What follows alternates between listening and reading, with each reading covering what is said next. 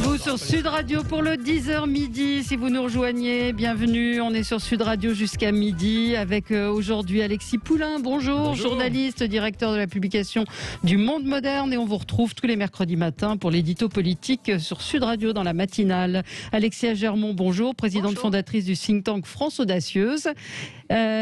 Faudrait que vous parliez plus près du micro, Alexia. Patricia Balme est avec nous, présidente fondatrice de PBcom International. Bonjour. Patricia. Bonjour, et Arnaud Benedetti qui ne devrait pas tarder à nous rejoindre, professeur à la Sorbonne, spécialiste en communication politique. Il nous rejoindra dans un tout petit instant, il se connecte. Commençons avec vos coups de gueule, vos coups de cœur. Alexia, on va commencer avec vous. Oui, d'abord moi je m'astreins à des coups de cœur dans cette période un peu compliquée. Voilà. Donc j'ai trouvé qu'à l'occasion de cette crise sanitaire, finalement, pour tous ceux qui n'étaient pas déjà convaincus, c'est surtout l'utilité du niveau territorial des régions. Et je voulais prendre pour exemple plus particulier, bien sûr, ce qu'on connaît en Île-de-France, donc la région Île-de-France avec tout ce qui a été mis en place par la région pour les étudiants, parce qu'on sait très bien que ce sont ceux qui souffrent beaucoup en ce moment. Alors on a entendu parler, et je trouve qu'à chaque fois qu'on en a l'occasion, il faut le rappeler, il y a d'abord bien sûr une plateforme de soutien psychologique qui a été mise en place avec vraiment des acteurs qui se sont tendus la main. Je pense au réseau fondamental.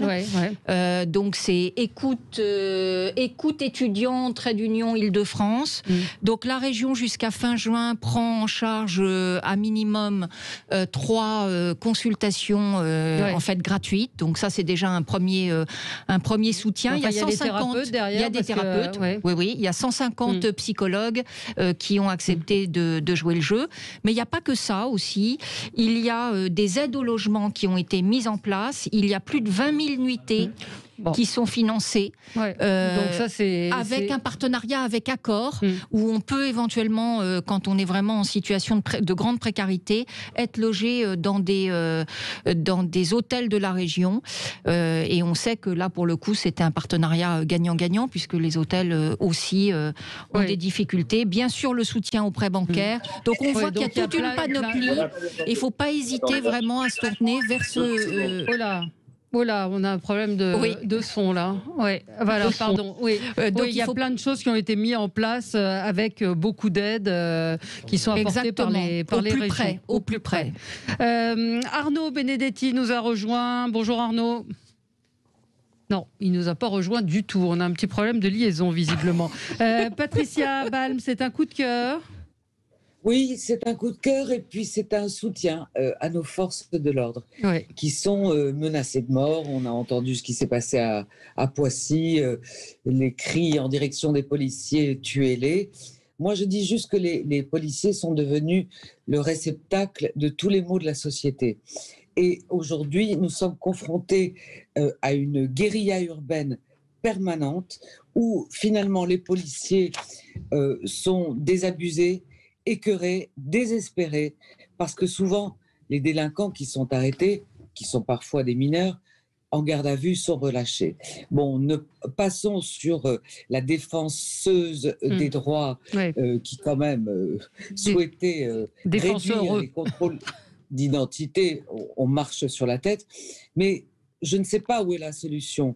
Néanmoins, si il commence à y avoir une synergie entre Beauvau et la place Vendôme, c'est-à-dire le ministère de l'Intérieur et le ministère de la Justice, pour que les délinquants qui sont interpellés, gardés à vue, ne soient pas immédiatement relâchés, je pense que ça redonnera peut-être un peu de morale aux policiers. Oui, sauf que ce sont les magistrats, qui sont indépendants et libres de leur jugement. Donc, je ne sais pas comment les choses peuvent changer. Il y a peut-être aussi des lois à mettre en place. Les lois, elles sont là. Les lois, elles existent. Le problème, c'est qu'elles ne sont pas appliquées. Je rappelle qu'il y a près de 90 000 peines qui ne sont pas exécutées aujourd'hui en France. Donc, il y a un problème d'application de la loi. Mais c'est peut-être au ministère de la Justice de mettre de l'ordre dans la magistrature pour que les peines soient appliquées. Je veux dire, le garde des Sceaux, c'est aussi son travail de faire appliquer les lois. Oui. Donc, ce que je veux dire simplement, et moi je vois tous les syndicats de police, j'écoute et j'entends la détresse des policiers. Une république sans police, c'est une république qui va droit dans le mur. Ouais. Et si la République n'est pas tenue par la police, et pour l'instant on n'a pas encore fait appel à l'armée, mais peut-être qu'un jour cela viendra. Je pense qu'aujourd'hui on ne peut pas laisser les policiers en l'état, et la communicante qui vous parle vous dit simplement on ne peut pas se contenter de faire des annonces, d'aller faire de la calinothérapie dans les commissariats. Je pense qu'il faut de vraies réponses. Enfin, hier, on a vu Gérald Darmanin, ou avant-hier soir, qui était à Poissy pour dire on va pénaliser, on va changer la législation sur les mortiers, c'est-à-dire ces feux d'artifice qui sont utilisés comme des armes. Sauf que c'est déjà le cas. Donc il annonce des choses qui existent déjà. Donc j'ai vu les policiers ricaner, enfin entre guillemets, parce que rire jaune plutôt, en voyant ces annonces qui ont déjà été faites, qui auraient déjà dû être appliquées, qui ne le sont pas. Alexis Poulain. C'est ce que fait Gérald Darmanin. Il fait de la com, il écrit un livre, mais il n'applique pas la loi en tant que ministre de l'Intérieur, ne serait-ce que sur les OQTF ou plein d'autres choses. Les obligations de quitter le territoire français.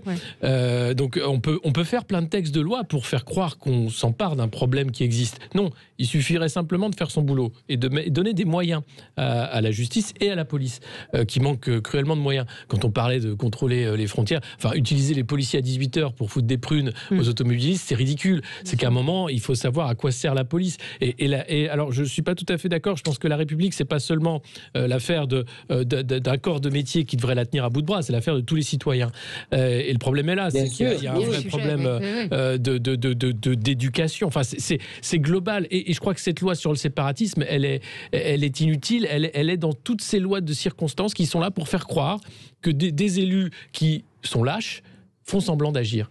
On voit très bien qu'ils n'agissent pas. Ils font une loi qui ne sert à rien. Oui, enfin, on semble aussi découvrir, c'est un petit peu ce qu'on a dit hier, à chaque fois qu'il y a des événements comme ce qui s'est passé à Poissy et qui sont médiatisés. On ne le découvre pas parce que c'est Carl Olive, malheureusement, c'est le quotidien. Très régulièrement. Alexia Germain. Malheureusement, très régulièrement, à chaque fois, on a des actes de violence. Souvenez-vous, quand le commissariat avait été pris à partie, où ils avaient été obligés de se barricader au premier étage. C'est les pompiers qui sont au quotidien, bien sûr.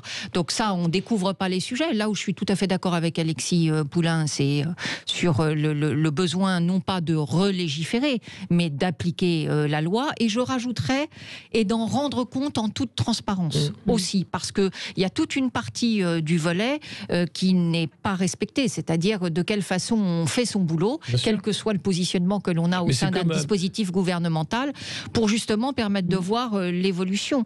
Mais là où peut-être qu'il y aura quelque chose, parce qu'on restons optimistes quand même, c'est qu'on sait très bien que sur le taux de réponse pénale, bien sûr, il y a tout un trou dans la raquette, où il y a un certain nombre souvent d'infractions qui ne sont pas poursuivies. Parfois aussi avec un problème, enfin c'est pas parfois, c'est très régulièrement un problème de lenteur de la justice, c'est-à-dire qu'en plus, ce qui devrait servir finalement pour les premières infractions qui sont le moment où on arrive à faire comprendre à des primo-délinquants qu'il y a une barrière, si ça arrive 2 ans après, et qu'en plus c'est pas suivi des faits, ça n'a juste aucun... Non mais pire. Les policiers, lorsqu'ils arrêtent des délinquants, ils savent très bien que 3 jours après, ils les retrouvent dans les mêmes quartiers, dans les mêmes cités. Et il est là le problème. Et il y a un découragement chez les forces de police aujourd'hui. Et il faut mettre un terme à cela le plus rapidement possible. Parce que d'une part, ils souffrent du manque de moyens. Je vous rappelle quand même que les policiers, souvent, s'achètent eux-mêmes leur paire de bottes, leurs gants et leur matériel. Et tout ça, ce n'est pas normal. Donc, où on met un maximum de moyens financiers, mais aussi de moyens de justice pour que cette dérive s'arrête. Mais faut voir. Alors attendez, Arnaud Benedetti, on va vous écouter sur ce sujet.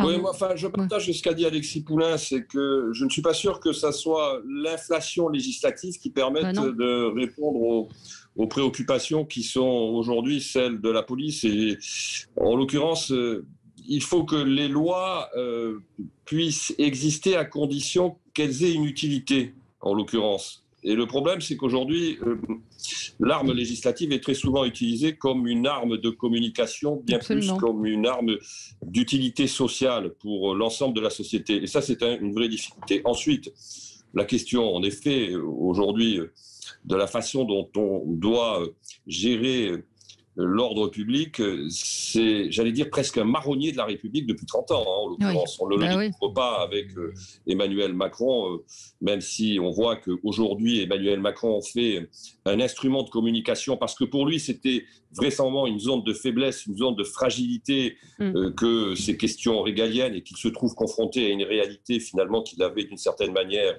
assez déniée durant sa campagne présidentielle. Et puis, il donne quand même aussi des signaux, je pense, électoraux à une partie de l'électorat pour montrer qu'il est apte à remplir cette fonction régalienne.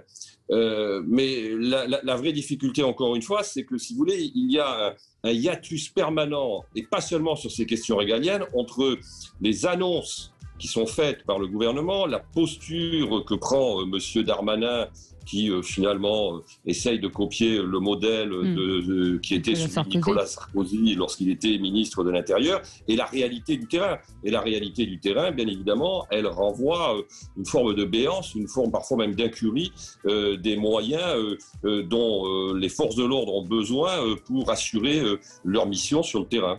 Allez, on va marquer une petite pause, on se retrouve, c'est l'heure des infos. On se retrouve tout de suite après avec la suite de vos coups de cœur et de vos coups de gueule.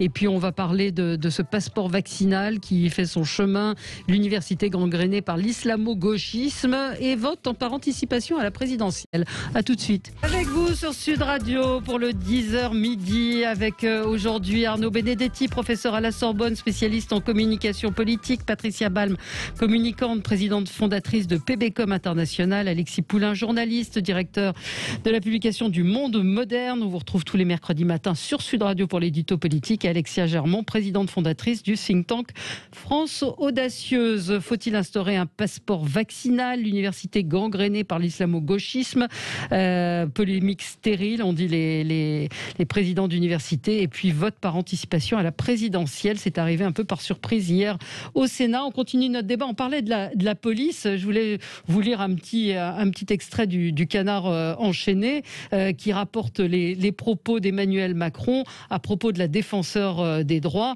et il estime qu'elle a franchi les limites de l'imbécilité.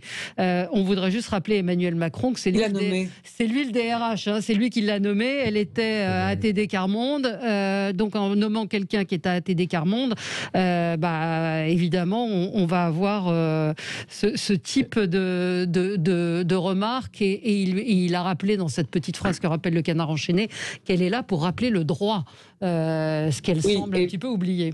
Et Valérie, pardon, mais le droit d'abord de défendre les citoyens à vivre en paix dans un pays. Le droit des policiers aussi de mettre un terme aux violences urbaines. Donc je veux dire que supprimer l'idée de supprimer des contrôles d'identité, mais c'est une aberration totale. Attends, il est gonflé, Emmanuel Macron. C'est lui qui, dans une interview aux Médias Bruts, parle de discrimination et de contrôle aux faciès. C'est lui qui lance l'idée de faire une plateforme de dénonciation des discriminations. Claire Hédon ne fait que suivre les ordres. Et alors, par excès de zèle, elle se dit, tiens, je vais faire plaisir au président, je vais en plus dire, on va arrêter d'ailleurs les contrôles, comme ça on n'aura pas de problème de contrôle aux faciès. Et lui, derrière, il dit, c'est elle l'idiote, c'est elle l'imbécile. Le en même temps est une escroquerie permanente. Ça suffit. Emmanuel Macron passe son temps à prendre les gens pour des imbéciles. L'idiot, c'est lui. Et il est dangereux, parce que derrière, il fait d'un côté, je vais essayer de séduire le vote des gens qui voudraient voter pour Marine Le Pen en lui volant son programme, et de l'autre côté, il sélectionne, comme vous dites, des RH, des gens d'ATD Quart Monde pour dire, je suis encore un peu de gauche, rassurez-vous. Et après, il dit, non mais c'est n'importe quoi, vous faites tous n'importe quoi. Alors franchement, c'est scandaleux ce qu'il fait. C'est scandaleux. Mais à l'effet qui se coule. Non mais l'effet qui se coule, c'est 2022. Les gens préféreront l'original à la copie. Il faut dire tout de suite à M. Darmanin, M. Blanquer, Mme Vidal, ça ne sert à rien de faire la course à l'échalote avec Marine Le Pen sur les thèmes de l'immigration régalien ou de l'islamo-gauchisme. C'est bidon. Et ils vont perdre. Et il faut leur dire tout de suite, ils perdent leur temps. Donc Emmanuel Macron, c'est vraiment dégueulasse ce qu'il vient de faire à Cléredon. Dégueulasse. Alors, je ne suis pas tout à fait d'accord avec Alexis Poulain sur un membre de sa phrase quand il dit que Emmanuel Macron, c'est lui l'idiot. Non, je ne crois pas en l'occurrence. Ce qu'il fait, c'est qu'il slalome en permanence entre droite et gauche, mais il y a chez lui la volonté aussi de faire tenir sa majorité, parce que le problème, c'est qu'il a construit une majorité politique qui est une majorité politique de briques et de brocs venant à la fois du centre-gauche et d'une partie de la droite, et qu'il faut qu'il donne des gages à tout le monde. Et donc, il a une grande force quand même de ce point de vue-là. En tout cas, c'est que c'est quelqu'un qui fonctionne à l'ère du temps et que, en fonction de l'ère du temps, il prend des positions politiques qui peuvent apparaître contradictoires, mais qui n'ont d'autre objectif que de faire tenir sa majorité. Donc, c'est une constante dans le macronisme depuis le début du mandat, sauf que là, si vous voulez, ce qui est faisable éventuellement sur des sujets économiques et sociaux est beaucoup plus difficile sur des sujets de ce type, sur des sujets régaliens où les clivages sont beaucoup plus forts. Et là, on prend les pieds dans le tapis. De l'exercice, et surtout, ce qui apparaît vraiment de manière, j'allais dire, cruelle, c'est que finalement, le macronisme apparaît de plus en plus comme un opportunisme. Et ça, je crois que c'est ce qui, en effet, passe de plus en plus mal dans une certaine partie de l'opinion. Mais je voudrais juste dire à Arnaud Benedetti, Alexis Poulain, une chose, c'est qu'en face, qu'est-ce qu'il y a comme opposition? Je veux dire, le PS n'existe plus ou presque, et les Républicains n'ont pas de réponse très forte. Ils ne jouent pas vraiment leur rôle d'opposant, qui a été aussi repris par Marine Le Pen. Le problème est là, et le problème, c'est que ce hold-up incroyable d'Emmanuel Macron en 2017 a fait qu'il a détruit les autres partis politiques, comme Mitterrand d'ailleurs a cassé et a détruit le PS à vie. Donc, le problème, non, mais au-delà, ils se sont détruits tout seuls. Hein. Pour rebondir sur ce que disait Arnaud Benedetti, au-delà de la tenue de la majorité politique autour d'Emmanuel Macron, il y a surtout le plus important, c'est la tenue de ce qui fait nation. Parce que finalement, quand il va y avoir ce séparatisme quelque part avec l'opinion publique, c'est-à-dire que l'opinion publique aujourd'hui n'arrive plus à lire la ligne de conduite. Non, on ne comprend pas. Et donc, si on ne comprend pas, on ne risque même pas d'adhérer. Donc, alors, il a malgré tout un socle qui reste assez oui, mais assez qui ne sera peut-être plus suffisant. C'est bien ça le sujet. Arnaud parlait de majorité présidentielle. Aujourd'hui, c'est le MoDem qui récupère les marrons du feu. La réalité, c'est que La République En Marche est en train de s'évaporer dans le en même temps. C'est 2,2% au municipal. Au régional, aucun ministre ne veut y aller parce qu'ils savent qu'ils vont se prendre des vestes. Donc personne ne veut y aller de la majorité ou du gouvernement. C'est un parti qui est en train de disparaître sous nos yeux. Avec des gens qui sont maintenant élus à l'Assemblée nationale qui pensent déjà à la reconversion en disant « Ouh là là, moi je ne me représente pas et certainement pas sous cette étiquette ». Donc c'est un échec, mais flagrant. Cette majorité-là ne peut pas exister. Et c'est la preuve. Sur des débats de fond comme celui-là, de régalien, sur l'organisation républicaine, la loi séparatisme, il ne peut pas faire du en même temps. Il est obligé de prendre parti, de savoir où il est. Et les Français en ont ras-le-bol de ce président qui ne sait jamais où il est. Et surtout, dans une période d'incertitude comme celle de la crise sanitaire, on a besoin d'un président qui fixe un cap. Et c'est certainement tout ce que fait Emmanuel Macron, c'est l'inverse. C'est qu'il est là et il attend de voir quel est l'état de l'opinion et le dernier sondage en vogue. Alors Patricia Balme. Alexis Poulain, Emmanuel Macron est encore très haut dans les sondages. Alors ce sont des photos de l'instant T, mais quand même. Oui, il est plus haut que tous les anciens présidents. Oui, mais parce que en période de crise, on a aussi besoin d'une représentation de l'autorité. Oui, sur les sondages, attention, soyons extrêmement prudents sur les sondages. Je rappelle que Valéry Giscard d'Estaing, à 1 an de l'élection présidentielle en 1980, était aussi assez haut dans les sondages et que ça n'a pas empêché sa défaite. Je rappelle que Lionel Jospin, en 2000 et en 2001, était finalement un premier ministre assez populaire et ça n'a pas empêché sa défaite. Il faut pas confondre une popularité qui reste quand même relative et puis d'abord parfois qui est affirmée par d'autres sondages avec un capital électoral. Ce qui est sûr, c'est que, et là je rejoins ce qui a été dit, c'est qu'il bénéficie d'une certaine façon de l'atonie des oppositions, à l'exception de Marine Le Pen, qui elle aussi socle électoral, qui est un socle électoral extrêmement bien arrimé. Le problème, c'est que aujourd'hui, finalement, La République En Marche, c'est pas un parti politique, c'est pas un mouvement politique, c'est une marque, purement et simplement. C'est une marque nationale qui ne tient uniquement que sur la personnalité d'Emmanuel Macron et sur le coup de poker extraordinaire qui a été le sien en 2017. Mais est-ce que ce coup de poker est rééditable en 2022 ? C'est une autre question, parce qu'entre-temps, il y a eu 5 ans de mandat, et les 5 ans de mandat, bien évidemment, ça constitue un bilan. Mais Arnaud, autant Marine Le Pen est aussi une marque, parce qu'il y a quand même quelque chose qui est incompréhensible aujourd'hui, c'est comment, en démontrant au fur et à mesure, par exemple, des débats, on va dire un laxisme, une fragilité sur la capacité à manier les chiffres, et en tout cas avec une rigueur intellectuelle à tout le moins, si ce n'est fait exprès, ça c'est incompréhensible. Comment peut-il y avoir encore une adhésion très massive pour ce qu'elle représente, alors qu'on voit très bien qu'elle n'est pas en état. Elle n'est pas en état aujourd'hui d'être aux affaires de la France. C'est ce que vous dites, c'est côté marque, elle a été pendant longtemps l'anti-système, ça a été le vote des gens qui étaient déçus par le système, qui rejetaient ce système. Aujourd'hui, elle est en train de jouer un jeu dangereux, puisqu'elle devient pro-européenne, elle est plus maintenant de la sortie de l'euro, elle va perdre beaucoup de sa base. Elle est méconnaissable. Elle est en train de se positionner comme étant la droite respectable. Quand vous avez Gérald Darmanin qui la regarde et qui dit « vous êtes molle, Madame Le Pen », elle a gagné d'une certaine façon, parce que ce qui va jouer, c'est une refondation de la droite, avant ou avant 2022. Oui, mais sauf qu'elle n'est pas légitime parce qu'elle n'est pas compétente. Patricia. Alors ça, s'il y avait quelqu'un qui n'était pas compétente en politique... Hein. Non, mais ça se voit beaucoup. Patricia Balma. Oui, je suis assez d'accord avec Alexis. Alexis, Patricia, pardon. Point à tout le monde concernant le président de la République. Dans l'histoire de la Ve République, pas un seul président n'a été réélu, sauf cohabitation. Et quand il y a eu des cohabitations, François Mitterrand, Jacques Chirac ont été réélus. Il n'y a pas un président de la Ve République qui a été réélu. Oui, absolument, vous avez raison de le souligner. On continue à débattre avec vous. Vous voyez, parfois les coups de cœur et les coups de gueule donnent l'occasion à des débats un peu plus longs. On se retrouve dans un tout petit instant sur Sud Radio. À tout de suite. Vous, sur Sud Radio, on va revenir dans un instant sur le vote par anticipation à la présidentielle. Anticipation par un vote électronique. L'université gangrénée par l'islamo-gauchisme. Est-ce bien le moment de faire ce débat ? Est-ce que la ministre de l'Enseignement supérieur a eu raison d'évoquer ce sujet ?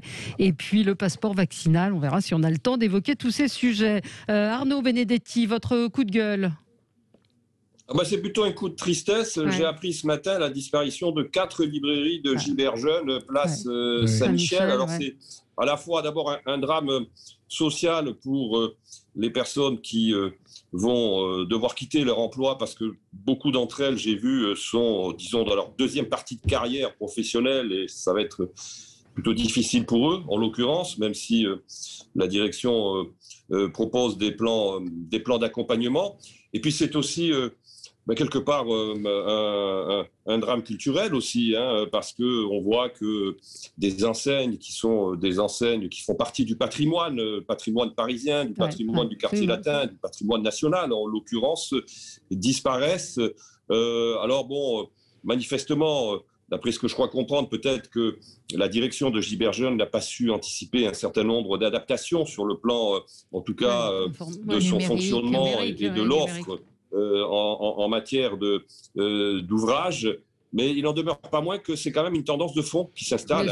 On voit beaucoup de ces librairies disparaître, et je trouve que dans un pays comme la France, qui est un pays de livres, un pays de littérature, ça nous dit quelque chose sur, hélas, une certaine dégradation culturelle qui, moi, m'attriste et m'inquiète également. Oui, mais vous savez qu'aux États-Unis, pareil, les librairies ont disparu petit à petit parce qu'ils ne peuvent pas payer les loyers et que ces locaux sont rachetés par des grandes enseignes. On a failli voir disparaître, il y a à peu près 2 ans, l'une des plus anciennes librairies de Paris, la librairie de la Main, qui se trouve... à proximité du Palais Royal également. Oui, absolument. Vous avez raison de le signaler. Je pense qu'on va avoir aussi après ça une vague de disparition des salles de spectacle. des petits cabarets, des petites salles, des petites compagnies. Il y a plein d'entreprises, hélas, qui vont le monde de la culture va prendre un sacré coup, je pense, suite à ces choix qui ont été faits. Et au-delà du monde de la culture, on remarque aussi qu'arrive maintenant une vague. Vous savez que je suis également élue, puisque je suis adjointe au maire du 15e en charge des entreprises et de l'emploi notamment, et on voit bien qu'il y a un certain nombre d'entreprises qui commencent à fermer le rideau, malheureusement, parce que le premier confinement on avait réussi à maintenir, le second reste, je dis bien le second exprès, devrait finalement, avec les aides qui arrivent au fur et à mesure en décroissance, et donc c'est là où on voit malheureusement celles qui n'étaient pas rentrées dans la crise avec suffisamment de cash, suffisamment de trésorerie, énormément de petits commerces on voit d'ailleurs quand on se promène dans les centres-villes au fur et à mesure locaux disponibles, de beaux à reprendre, etc. Alexis Poulain, votre coup de gueule qui faisait partie des sujets que vous voulez traiter aussi. Oui, ça fait suite un peu à Emmanuel Macron, pire DRH du monde. Je peux vous lire juste le tweet d'une auditrice qui dit on apprend que Macron est furax contre les scientifiques qu'il a nommés, contre la défenseuse des droits qu'il a nommée, contre ses ministres qui ne sont pas bons.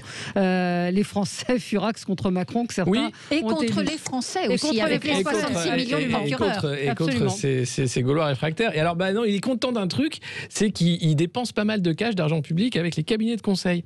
Alors, on apprend depuis mars qu'il y avait soi-disant 4 cabinets de conseil qui se partageaient plus de 28 contrats publics, on parle de 12 millions par mois qui sont claqués dans les cabinets de conseil. En fait, ils sont 7. Ils sont plus nombreux. McKinsey, qui a récupéré la grosse part du gâteau, est montré du doigt par d'autres cabinets de conseil qui montent au créneau en disant il y a peut-être des problèmes d'attribution de marché public, donc il y a peut-être conflit d'intérêts, puisqu'il faut rappeler que McKinsey était un cabinet de conseil dont beaucoup de hauts cadres ont été proches d'Emmanuel Macron durant la campagne, l'ont aidé à faire campagne. Certains sont repartis ensuite dans le privé. Et donc ce gouvernement du conseil, du néo-management public apporté par Emmanuel Macron, des amateurs fiers qu'on peut voir, trouve sa fin finalement dans la captation des prérogatives de l'administration par les cabinets de conseil. Et ce qui est dingue, c'est de voir qu'ils ne se rendent pas compte de la dépendance dans laquelle ils se mettent. McKinsey, c'est pas une entreprise française, c'est une entreprise américaine qui va donc avoir accès à des données extrêmement sensibles. Alors surtout en matière de santé. En matière de santé, en matière de stratégie également, vaccinale, enfin peu importe. Mais le fait est qu'on accepte ça, alors qu'en parallèle, on continue de payer très cher des ARS, des fonctionnaires, des hauts fonctionnaires de Bercy, des gens qui sont partout et qui sont dépossédés finalement de leur savoir-faire, de comment ça va se fonctionner. Un mot là-dessus, je vais publier dans le Monde Moderne une interview du député Lambert qui travaillait sur la logistique, qui avait fait un grand plan logistique qu'il avait remis à Emmanuel Macron lorsqu'il était à Bercy.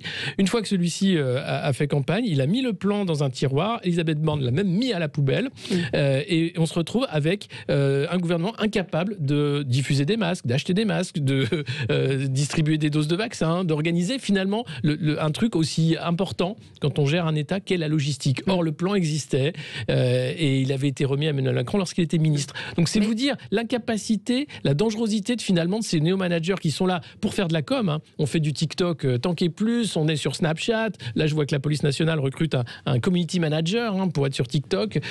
Mais c'est pas... Gouverner, c'est pas faire de la com. Non. Mais là, on est au-delà de la com avec les cabinets de recrutement. Mais c'est pas nouveau, Patricia Balme. Les cabinets conseils auprès des gouvernements, ça a toujours été le cas. Il y a toujours eu de l'externalisation sur du conseil. Tout à fait. Mais il fut un temps sous la Ve République où il y avait ce qu'on appelait des appels d'offres de marché public et on faisait généralement plus souvent appel à des entreprises françaises et Alexis Poulain vient de le souligner très bien, ce sont des entreprises étrangères. Donc la France d'abord n'existe plus. Le problème de ces cabinets de conseil, c'est qu'effectivement ils vont récupérer de nombreuses données et je ne vois pas l'intérêt de faire appel par exemple à McKinsey. Je veux dire, McKinsey est une entreprise étrangère qui finalement a une autre vision de la France qui n'est pas forcément la bonne. Donc, ce sont des Français qui pilotent les missions. C'est une filiale de McKinsey États-Unis. C'est une filiale. Je dis simplement que au départ, on doit plutôt favoriser des entreprises françaises de communication et de lobbying, ce qui n'est plus le cas. Et ce fut le cas par ailleurs. Et moi, je me souviens de certains appels d'offres sous Jacques Chirac, par exemple. C'était des appels d'offres qui recrutaient des entreprises purement françaises. Non, mais si notre État obèse peut néanmoins avoir besoin ponctuellement de recourir à des prestations externes avec des appels d'offres qui sont évidemment toujours respectés quand même. Les procédures faudrait pas laisser croire qu'il n'y a pas de procédure d'appel d'offres. Après qu'il y ait, qu'on se rende compte a posteriori que finalement il y ait des problématiques dans l'attribution des appels d'offres, ça c'est encore un second sujet. Mais en tout cas, les procédures existe toujours. Là où c'est effectivement très problématique, au-delà du fait que ce sont des entreprises qui sont étrangères et que donc à terme, par touche impressionniste, on finit par se déposséder de ce qui fait le corps finalement intellectuel de notre savoir-faire. Ça, c'est très problématique. Alors pourquoi on va chercher les Américains? Alors qu'on n'est pas assez bon. Non mais attendez, j'espère que Alain Juillet, je ne sais pas s'il nous écoute, mais en matière d'intelligence économique, j'espère que les hauts fonctionnaires qui ont eu à traiter de ce sujet font des notes au gouvernement pour leur rappeler quand même que même si c'est pas un critère d'attribution, bien sûr, parce qu'on peut pas privilégier, mais on devrait avoir un réflexe quand même de protection de l'ensemble de nos données. Donc ça, effectivement, non seulement sur la partie santé, mais c'est ce que vous disiez aussi, Alexis, plus généralement sur la stratégie, sur la façon dont on va privilégier tel ou tel prisme d'action, finalement, sur l'action gouvernementale. Mais tout ça met aussi, et c'est la deuxième partie quand même la plus triste finalement, c'est qu'au fur et à mesure, on se rend compte qu'il n'y a plus le savoir-faire au niveau gouvernemental. Et on reboucle sur la question de à quoi sert l'ENA et de quelle façon, alors que c'est une belle école, aujourd'hui qui est dévoyée. Arnaud Benedetti. Oui, il faudrait aussi s'interroger sur le savoir-faire et la valeur ajoutée de ces cabinets que l'on recrute. Parce que là aussi, rien ne démontre qu'ils soient plus efficaces ou plus efficients que notre administration, qui certes parfois pêche par son obésité. Disons, le moins qu'on puisse dire, par imprécision ou par manque de savoir-faire.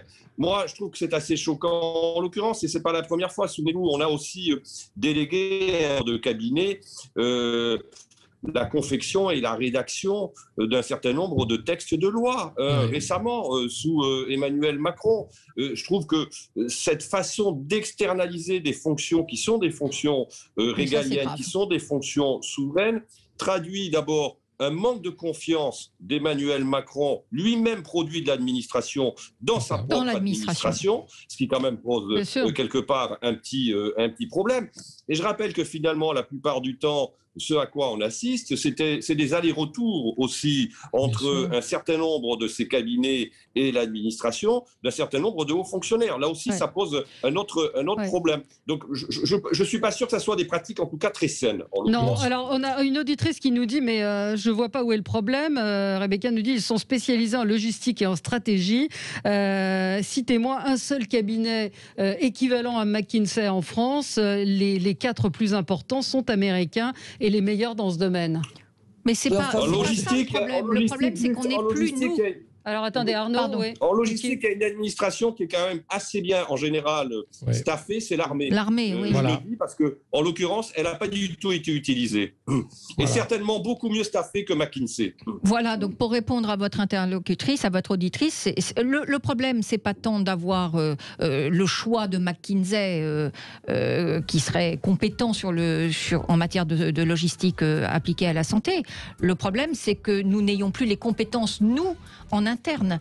Et accessoirement, le message que ça envoie, c'est-à-dire qu'on n'est pas capable non plus de s'appuyer sur... Il y a vraiment une perte en ligne de l'ensemble des documents qui sont remis par les fonctionnaires à l'État. Allez, Patricia, je vous donne la parole dans un instant. Petite pause et effectivement, je voudrais vous entendre sur la performance des cabinets français. À tout de suite. Avec vous sur Sud Radio jusqu'à midi. Alors nos coups de cœur et nos coups de gueule nous ont bien fait avancer. Patricia Ball, vous vouliez réagir et je voulais avoir votre avis sur cette question. Pourquoi fait-on appel à des cabinets américains? Sont-ils meilleurs que nous? Pourquoi n'y a-t-il pas en France de gens qui sont capables? Une auditrice qui visiblement connaît bien ces cabinets dit qu'ils sont meilleurs que les Français.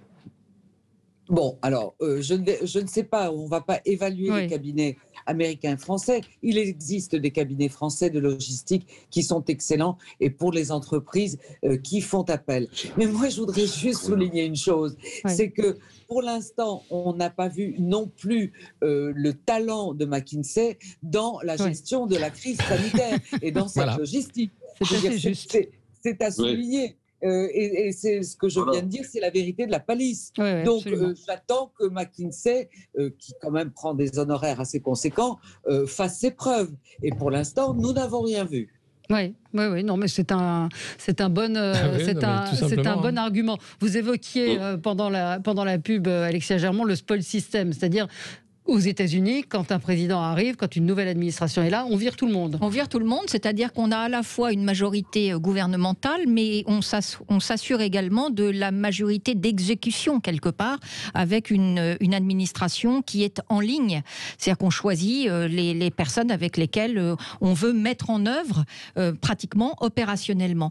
Et c'était une idée qu'avait suggérée Emmanuel Macron pendant la campagne. On n'en a évidemment plus entendu parler. Cela dit, à travers tout ce débat qu'on a là, ça pointe aussi la perte de la culture de la responsabilité de la haute administration, qui se perd très vite finalement. Et quand on n'a plus, alors qu'on est déjà dans une logique où on n'a pas la crainte de perdre son emploi, on se dit que ça pourrait valoir le coup d'aller jusqu'au bout du système à ce moment-là, et pour réintroduire cette notion qui est quand même très importante, qui fait que chacun, on a des droits et des devoirs, et on pourrait très bien imaginer que ça soit le cas, y compris en allant jusqu'à la mise en place d'un spoil system. C'est-à-dire que tout le monde, à ce moment-là, serait partie prenante dans la réussite ou dans la défaillance des politiques qui sont portées.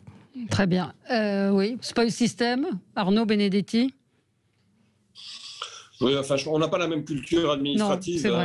La France, c'est un pays de neutralité administrative, en l'occurrence. Donc, alors, le spoil system, il se fait quand même d'une certaine manière. On voit très bien que, quand même, lors de changements de gouvernement, vous avez des directions d'administration centrale ou des directeurs d'établissement. Oui, pour les postes politiques. Qui peuvent bouger, en l'occurrence. Souvenons-nous de 1981 et de l'arrivée de François Mitterrand au pouvoir, où quand même là, ça avait particulièrement bougé.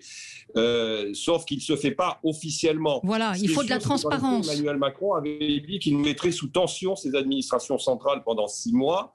Il ne l'a manifestement pas fait. Mais quand même, attendez, il y a une réalité aussi. C'est qu'au sein de la haute fonction publique, il y a une idéologie dominante. Et que, malgré tout, qu'on le veuille ou non, un certain nombre de très hauts fonctionnaires partagent un système de conviction qui est un système de conviction qui est à peu près celui d'Emmanuel Macron. Il ne faut pas se voiler la face là aussi. Donc, c'est une réalité sociologique d'une certaine manière aussi. Oui, tout à fait. Et il avait dit, effectivement, Emmanuel Macron, vous l'avez rappelé, qu'il regrettait de ne pas l'avoir fait. Mais la culture n'est pas exactement la même. Et un auditeur me fait remarquer que, Arnaud, vous évoquiez l'armée, et il me dit, la tête des Français, si on leur dit que c'est l'armée qui va gérer ça, on va nous dire qu'on est en dictature et que... non, si c'est la logistique, ça se passe dans d'autres pays, il n'y a aucun problème. Est-ce qu'on aurait accepté ce qui s'est passé? L'hôpital de campagne, on l'a accepté. Exactement, l'hôpital de campagne, c'était même un outil de communication pour dire nous sommes en guerre. Absolument. Oui, bien sûr. Je voudrais qu'on parle donc de cette information qui est tombée hier soir. Le gouvernement veut autoriser le vote par anticipation. C'est un amendement pour permettre aux électeurs de voter de manière électronique la semaine précédant le scrutin dans un certain nombre de communes. C'était un amendement qui est tombé hier soir au Sénat. Il y a eu plusieurs interrogations de sénateurs qui se demandent d'où ça vient, pourquoi est-ce que on propose cela. Ça concerne évidemment l'élection présidentielle. D'où ça Valérie, vient? Oui, Patricia. Une question tout de suite qui me vient à l'esprit. Pourquoi sans arrêt vouloir changer les codes et les pratiques de la Ve République? Voilà. Qu'est-ce qu'il y a d'innovant dans l'histoire du vote électronique, du vote par anticipation. Nous ne sommes pas aux États-Unis et on a vu ce que ça pouvait créer. Présidentielle aux États-Unis, les dégâts du vote électronique, du vote par anticipation, des États dont on connaît déjà les résultats avant que l'élection définitive n'ait eu lieu. Donc, je ne vois pas pourquoi systématiquement dans ce pays, on veut changer ce qui fonctionne à peu près bien depuis... Oui et non, parce qu'il y a une abstention extrêmement forte. Exactement. Et Frédéric Dabi nous le rappelait. C'est l'argument que donne Christophe Castaner. L'objectif est de faire baisser l'abstention. Oui, mais c'est une plaisanterie. Pardonnez-moi, Valérie, c'est un argument parfaitement indigent en l'occurrence. C'est pas parce qu'on va changer les règles du jeu que l'on va faciliter la mobilisation civique en l'occurrence. Ça n'a strictement rien à voir. Moi, je suis assez surpris quand même. Si vous voulez, on voudrait dans ce pays susciter encore plus de complotisme qu'il n'en existe, qu'on ne s'y prendrait pas autrement. Si vous voulez, ce type d'amendement en catimini proposé un soir de débat à l'Assemblée nationale, alors qu'on a vu qu'aux États-Unis, il y a eu quand même un certain nombre de controverses et de polémiques, à tort ou à raison, sur la façon dont la régularité du vote a été mise en œuvre. Je trouve que ça me paraît totalement à contretemps et surtout dans un contexte qui n'est pas favorable. Ensuite, il y a quand même 2 points qu'il faut rappeler lorsque l'on vote. C'est d'abord, quand on vote sur un lieu de résidence dont on est électeur, c'est-à-dire où on habite, ou en tout cas on paye une taxe qui fait que vous êtes inscrit sur les listes électorales. Là, en l'occurrence, si on décide de prendre cette mesure, n'importe qui pourra voter hors de son lieu de résidence, ce qui pose un problème. Et deuxième plan, il y a un deuxième sujet, c'est l'unicité du vote, l'unicité du jour du vote, c'est-à-dire qu'on vote le même jour tous. C'est un acte citoyen aussi de se rendre aux urnes. Alors comment vous expliquez cette décision, l'inquiétude, c'est-à-dire que la forme et le timing sont évidemment totalement inappropriés. En revanche, que la question puisse être posée très en amont, ça oui, parce qu'on sait qu'il y a un sujet sur l'abstention de façon dramatique d'ailleurs. On sait également, pour répondre à votre question Valérie, pourquoi maintenant ? Tout simplement parce qu'on sait que les régionales vont pas forcément être un succès pour la majorité gouvernementale, et que donc l'étape d'après sont les présidentielles, et ils préparent les présidentielles. En revanche, et c'est là où je trouve que ça montre quand même une duplicité intellectuelle assez forte, souvenez-vous, au moment des municipales, il y avait un certain nombre de formations politiques qui avaient appelé au vote, notamment par correspondance, parce qu'avec la crise du Covid, on savait qu'il y avait un certain nombre de personnes qui étaient réticentes à venir. Et le gouvernement lui-même avait balayé d'un revers de main ces propositions. Et très curieusement maintenant, ça réapparaît de façon totalement non programmée, on va dire. Donc, je crois qu'il faut vraiment, pour le coup, se poser des questions. Alors, pas pour les prochaines élections, parce que ce sont dès lors qu'on touche aux fondamentaux de l'exercice de la démocratie, il faut prendre le débat avec aussi peu de passion que possible, et regarder ce qu'un certain nombre d'États mettent en place. Au-delà de tout ça, il y a toute la question aussi autour du vote par correspondance et du vote électronique aussi, avec les techniques de la blockchain, et je pense notamment à l'Estonie, qui est un pays qui est assez en avance sur le sujet. Je ne dis pas du tout que c'est transposable sans se poser de questions, mais en tout cas, il faut se mettre en perspective, de se poser les bonnes questions pour ramener, et pas qu'à travers la modalité de vote, ramener l'appétence de l'exercice démocratique pour les Français. Oui, un auditeur nous dit l'électorat de Macron a plus de 65 ans. Pour lui, c'est préparer effectivement son élection. Nathalie nous dit les gens ne se déplacent pas par flemme la majeure partie du temps. Il faut arrêter de croire que c'est pour manifester leur mécontentement. Après le vote électronique pour les personnes âgées, c'est pas évident, Alexis. Non, mais il n'y a rien d'évident là-dedans. En fait, l'exercice de la démocratie, ça se résume pas à cette pantomime de l'élection présidentielle tous les 5 ans. C'est assez sinistre. Et de voir qu'avec des gadgets technologiques, d'un seul coup, on ferait que les gens s'intéresseraient à la politique. Non, ce qui fait que les gens s'intéressent à la politique, c'est qu'ils se rendent compte que la politique s'intéresse à eux de toute façon. Et donc, il faut faire vivre la démocratie au niveau local, au niveau des grands partis. Cette crise des grands partis, elle est la crise de la démocratie. C'est pas normal que d'un côté on demande plus de démocratie directe, des référendums d'initiative citoyenne, et que de l'autre côté on rechigne à s'engager, à prendre une carte au sein d'un parti ou d'un syndicat. Donc là, on est dans une dichotomie qui fait que la démocratie est malade, réellement. Et en plus, dans ce cadre-là, où on voit une captation de pouvoir par une caste, disons-le, c'est quelques-uns qui décident entre Saint-Germain, le Palais Bourbon et ailleurs de comment on va gérer ce pays. Non, c'est un pays qui se gère justement parce qu'on demande l'avis des Français sur plein de sujets, mais pas sur qui va être le prochain locataire de l'Élysée. Ça, c'est bidon.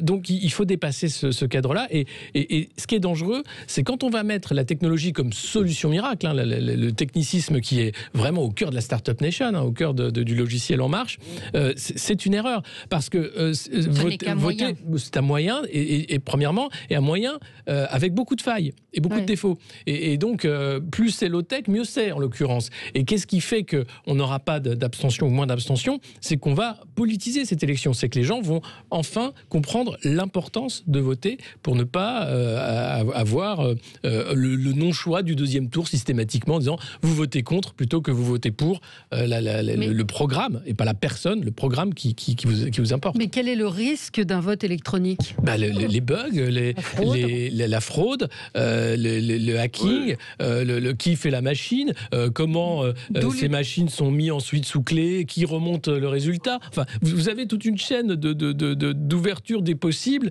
qui fait que là, ça va encore porter à caution le risque. Mais il faut évidemment avoir suffisamment de gens qui votent, parce que quand vous avez des scrutins comme municipal, où vous avez des maires élus sur 10 voix, 1000 voix, enfin Darmanin est élu sur quasiment rien du tout, parce qu'il n'y a pas, personne ne va voter, quasiment personne ne va voter. Là, c'est grave. Donc il faudrait revoir aussi les bulletins blancs. Enfin, si on veut parler vraiment de l'enjeu des scrutins, c'est pas sur les machines que doit être le débat. C'est sur le fond. Mais d'où l'utilité aussi, juste...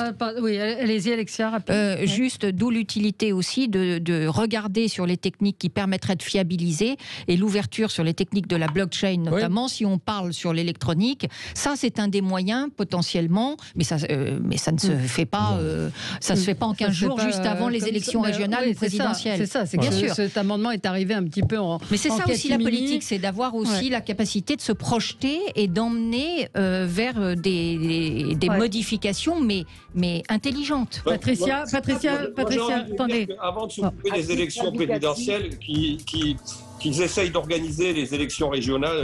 Oui, absolument. Déjà, on sait que c'est en juin. Quand même, d'abord, respectons le calendrier électoral. Patricia. Mais je rappelle juste quand même à titre indicatif, et pour les personnes âgées qui ne peuvent pas se déplacer, qu'il existe quand même des procurations. Aussi donc c'est élémentaire. Pourquoi aller compliquer les choses encore une fois? Pourquoi compliquer les choses? Tous les présidents de bureaux de vote vous diront notamment que pour les dernières élections municipales, ça a été quand même très compliqué, la gestion des procurations, puisqu'elles ont été étendues jusqu'au dernier moment. Et tout ça se fait à la main, avec des navettes, donc pas forcément, c'est pas forcément optimum non plus. Allez, on se retrouve dans un petit instant. L'université est gangrenée par l'islamo-gauchisme. Est-ce que c'est une polémique stérile? C'est Frédéric Vidal qui en a parlé à l'Assemblée nationale. On y revient dans un instant.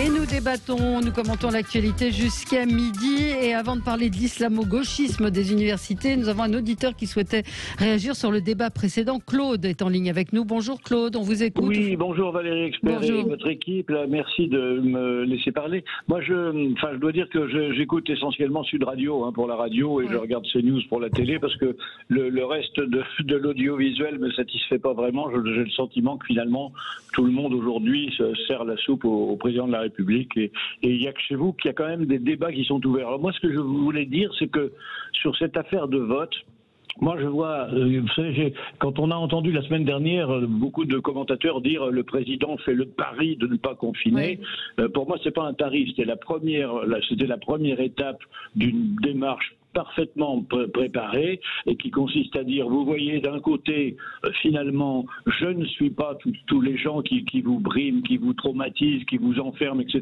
Je prends la décision de maintenir quand même une certaine liberté pour vous. Et dans la foulée, quand même, je présente une semaine après, je présente un changement d'organisation des élections, parce que c'est vrai qu'à l'issue de mes 3 années et demie de mandat, mon succès d'estime n'est pas à la hauteur de ce que j'espérais, et je risque de prendre quand même un résultat qui ne sera pas très bon. Donc, d'une part, je reporte l'élection régionale, parce que pour l'instant, je ne vois pas très bien.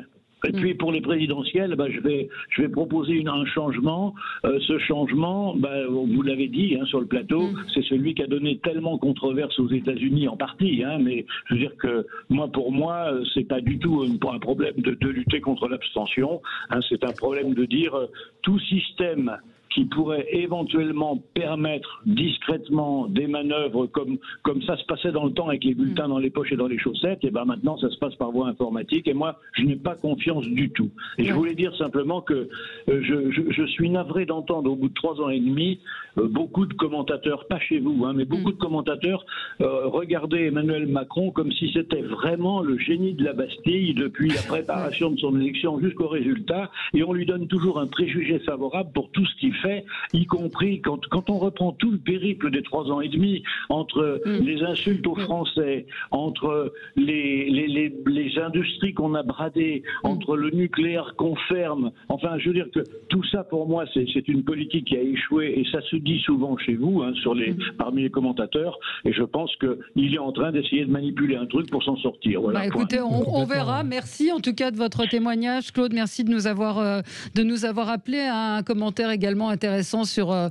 Twitter qui dit l'abstention vient plutôt des programmes ou des candidats, n'est-ce pas? Au lieu de réfléchir à chaque fois sur le pourquoi, le fond, on essaye de changer la forme et de casser quelque chose qui fonctionne très bien démocratiquement parlant. Effectivement, c'est pas en cassant le thermomètre qu'on va changer les choses. Je voudrais qu'on parle de l'université gangrénée par l'islamo-gauchisme. C'est une question. C'est la ministre de l'Enseignement supérieur, Frédérique Vidal, qui a annoncé un bilan de l'ensemble des recherches qui se déroulent en France afin de distinguer ce qui relève de la recherche académique et ce qui relève du militantisme. Elle avait pointé l'islamo-gauchisme qui gangrène la société dans son ensemble et l'université qui n'est pas imperméable. Elle s'est fait rappeler à l'ordre par la conférence des présidents d'université qui a fait part de sa stupeur face à cette polémique stérile sur le sujet de l'islamo-gauchisme. Je ne pense pas que les présidents d'université soient particulièrement sont plutôt conservateurs, pour le dire comme ça. Donc, comprendre à c'était votre édito ce matin, Alexis Poulain. Oui, moi, ce que j'en ai compris, c'est que je m'inquiète pour Frédérique Vidal, qui est là encore, qui a plus pied. Ça fait partie de ce gouvernement d'amateurs fiers qui, finalement, est d'experts, puisqu'elle vient du monde universitaire, et qui se retrouve en responsabilité, incapable de gérer des crises ou même des débats sans passer par la caricature et la division pour régner. Et c'est terrible parce que Frédérique Vidal, elle a d'autres sujets sur la table. La précarisation grandissante des étudiants, le manque de moyens des facs et des universités, ça c'est fondamental. Alors elle est un peu répondue, et puis après elle sort, vous l'écoutez à l'Assemblée nationale, une grande diatribe sur le post-colonialisme, la recherche. Évidemment, elle demande au CNRS de faire une étude pour voir si l'islamo-gauchiste gangrène l'université, pour finir sur le drapeau des confédérés au Capitole, qui lui a fait extrêmement peur.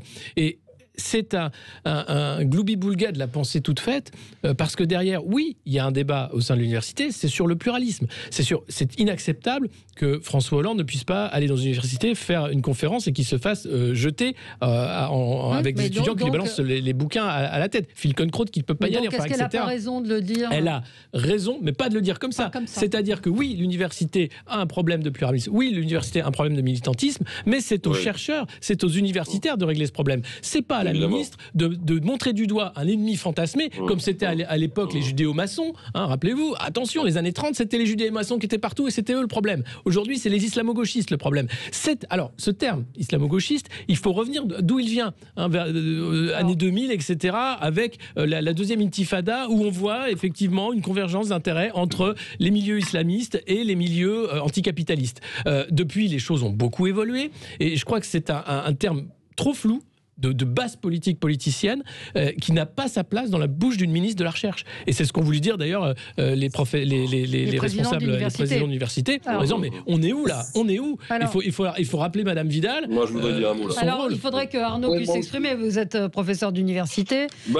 Comment vous avez réagi à cette polémique ? Je suis très attaché au principe de la liberté académique. Ça me paraît important, mais je retiens ce que dit Alexis, c'est-à-dire que c'est vrai qu'il y a la question de la pluralité des expressions et la pluralité des expressions en matière de recherche aussi, qui doit être respectée et qui ne l'est pas toujours. Ça, c'est un fait dans un certain nombre d'universités. Alors ensuite, dans l'histoire de la recherche, et notamment dans l'histoire de la recherche en sciences sociales, ce n'est pas la première fois qu'il peut y avoir des recherches qui sont guidées par des motivations idéologiques.